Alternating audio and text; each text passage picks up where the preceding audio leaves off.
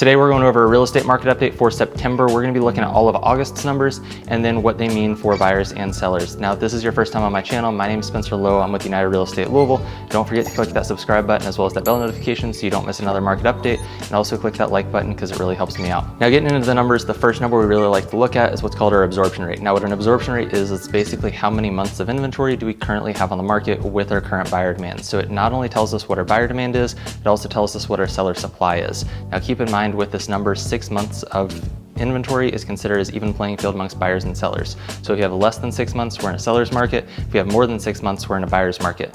With that being said, we're currently sitting at 2.66 months of inventory, which is really important to keep in mind because if we have twice as much inventory as we currently have, we start to get into more of an even playing field amongst buyers and sellers.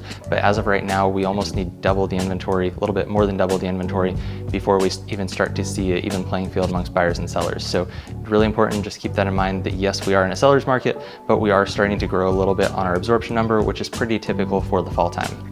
Now, the second number we like to look at is what's called our days on market. Now, this is just how long a house takes when we list it before they accept a contract. So if they list it on, let's say today, and then 7 days goes by and then they accept a contract, they had 7 days on market.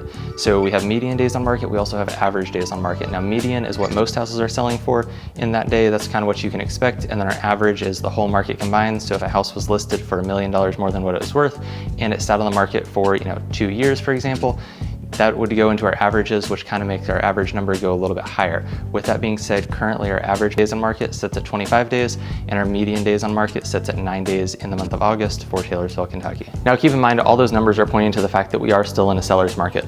But if you are looking to buy in this market, just keep in mind that you can do a couple things to help increase your chances and make the buying process a little bit easier on yourself. First thing is sit down with an agent, discuss what you're looking for, the entire buying process, as well as your timeframes to move, so that way your agent can work to get you into these houses as soon as possible, and they have all the documents they need to make sure that we are ready to submit an offer. Second thing is sit down with a lender and get pre-approved or have proof of funds ready to go, because the sellers really like to see that you've got the money to buy the house, the bank's already checked off on it, or you've got the cash to pay for it in cash. Either way, it's really important to have those so that way the seller feels more comfortable accepting your offer. And then if you're a seller in today's market, yes, we are still in a seller's market. There's a couple things that we can do to help increase our chances on the market. First thing is prep the house right. If you want my pre-listing checklist, I've got it down below, so make sure you download that. And then the second thing is price the house right for the market. Now, it is also really important to make sure that the house is being marketed.